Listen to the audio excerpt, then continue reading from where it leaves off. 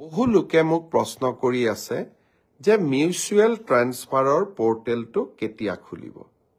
Mutual ট্ৰান্সফাৰৰ portal অহা 1 জানুৱাৰী তাৰিখৰ পৰা আমি মুকলি কৰিম। এই পোৰ্টেলটো কেনেকৈ চলিব? বহুতে মোক সুধিছে যে আমি মিউচুৱেল কৰা মানুহক ক'ত কেনেকৈ বিচাৰি পাম।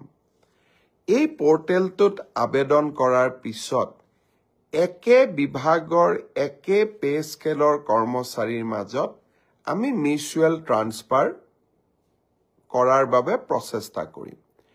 এই পোৰ্টেলটো প্ৰায় 2 মাহ জুৰি খোলা থাকিব, 1 জানুৱাৰীৰ পৰা 28 ফেব্ৰুৱাৰীলৈ। এই সময়ছোৱাৰ ভিতৰতে আমি আবেদন কৰিম, আমি ভেৰিফিকেশ্যন কৰিম।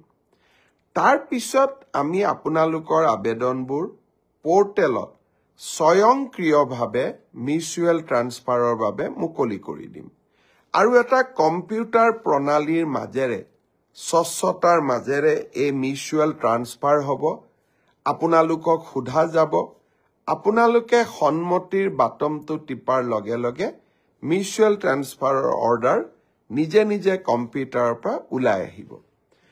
ই কেনেকৈ পৰিচালনা হয় যদি আপোনালোকৰ জানিবৰ কাৰণে আৰু অধিক ইচ্ছা আছে, সৰ্বশিক্ষা অভিযানত আগতে কাম কৰা বা বৰ্তমানে কাম কৰি থকা শিক্ষকসকলে এই পোৰ্টেলটোৰ ওপৰত আপোনালোকক যথেষ্ট জ্ঞান দিব পাৰিব।